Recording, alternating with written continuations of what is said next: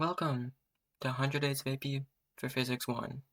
We're going to start with Day 1, Introduction to Kinematics and Physics overall. The first main idea of physics is scalars versus vectors.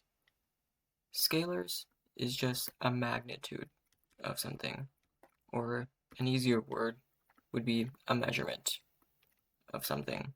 While on the other hand, we have vectors, which is magnitude and direction. The direction there is important because it can fundamentally change scenarios. So what are some examples of scalars and vectors? We have distance as a scalar because distance just measures how far you are away from something.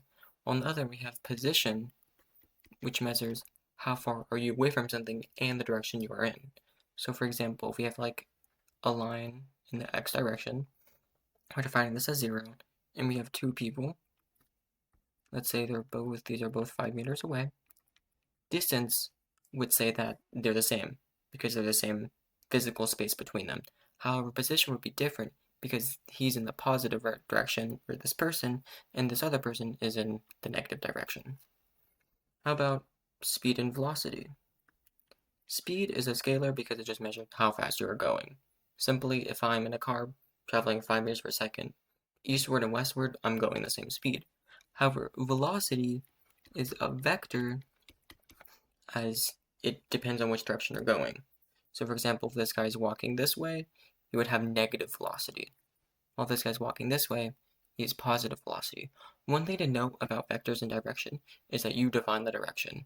For example, in a scenario, if the main things that are moving going leftwards, define that as positive, instead of dealing with a whole negative scenario. Another example of a really common vector we have in kinematics is acceleration. Acceleration is just how fast is your velocity changing.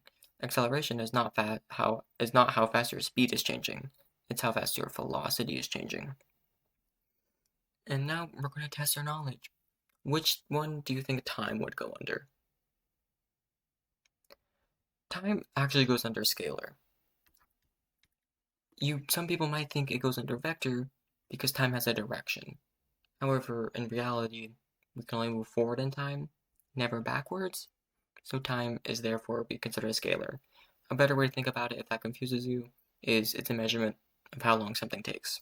So measurement is a magnitude, which is a scalar. For notation, for scalars, there's not really a notation, but vectors, you have little error on top of it. And you can include the bottom half, but sometimes it messes up the character below. Oftentimes, you don't have to write the vector bar if it is clear that it's a vector, but it's nice to. It never hurts. Now, another big question you might be having is, what is kinematics in the first place? Well, kinematics is basically just the study of motion without the ideas of forces. Oh, not with forces, without forces. However, that might seem kind of vague because we haven't even studied forces yet. So a better, more clear idea of kinematics is the relationship between position,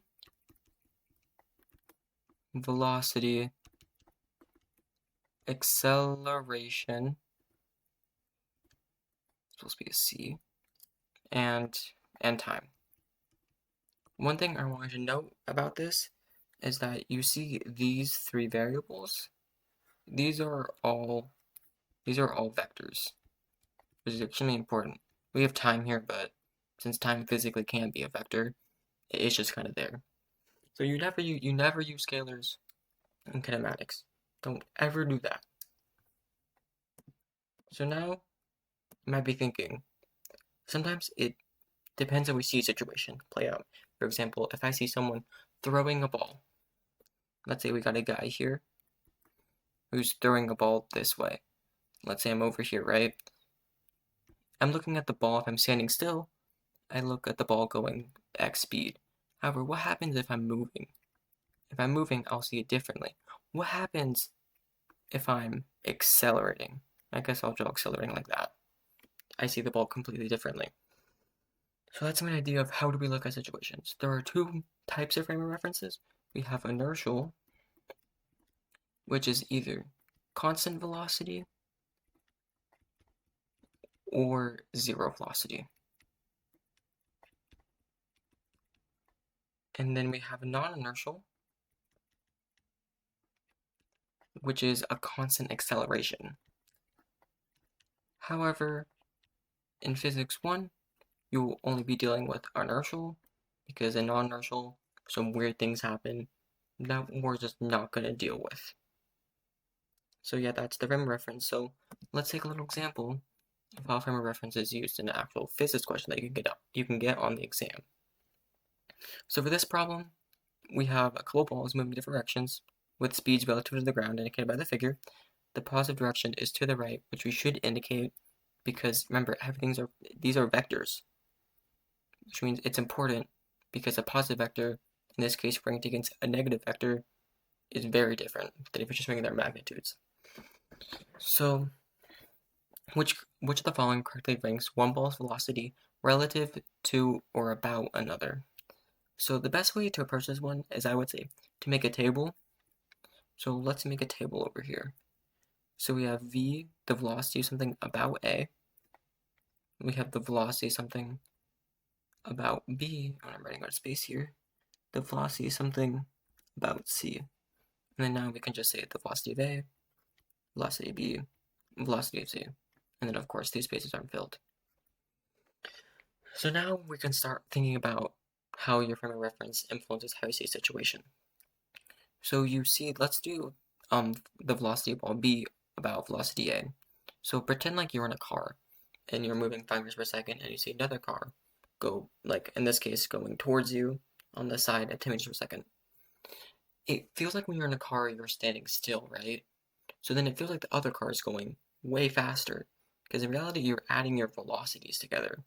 So in this case, it would look like they're going positive 15 because we're going the right direction, positive 15 meters per second because that 5 velocity increases it by 5 more because you think you are at standstill.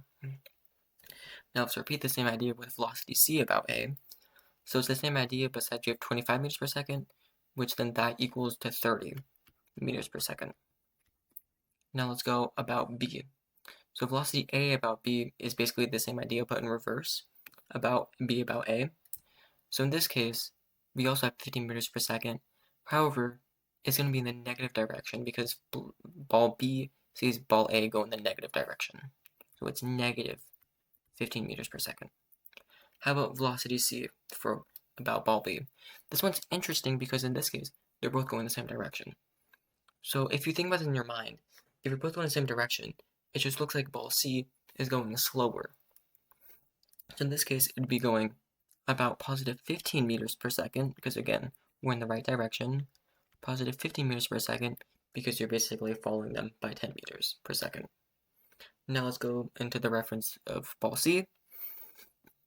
We're applying like the same idea with all other balls. With ball A is that ball C sees ball A going to the negative, to the left direction, and it sees it going 30 meters per second, because we think we're at standstill, or ball C does. So it's negative 30 meters per second. And for B about C, it's the same idea. However, this one's interesting because if you're going faster than someone, it almost looks like they're going the negative direction or going to the left in this case. Because we think we're at rest, but in reality we're actually going 15 meters per second faster, so it looks like they're going 15 meters per second slower. So again, we're going to the left direction, which is negative, and then 15 meters per second. If you're having a hard time visualizing the situations, just actually picture yourself like in cars with people on a highway. Because if they're on the left side of the highway, it looks like they're really fast because they're going the opposite direction. But they're on the same side of the highway, you looks like you're going slower because you're both going relatively the same speed. And also looks like they're going backwards, right? If they're going slower, because you're going faster than them. So now let's rank these. So A about C, velocity A about C, we can go here, velocity A about C, so that's negative 30, is greater than C about B, so we correct C about B plus 15. Immediately, this is a no, because negative 30 is not greater than positive 15.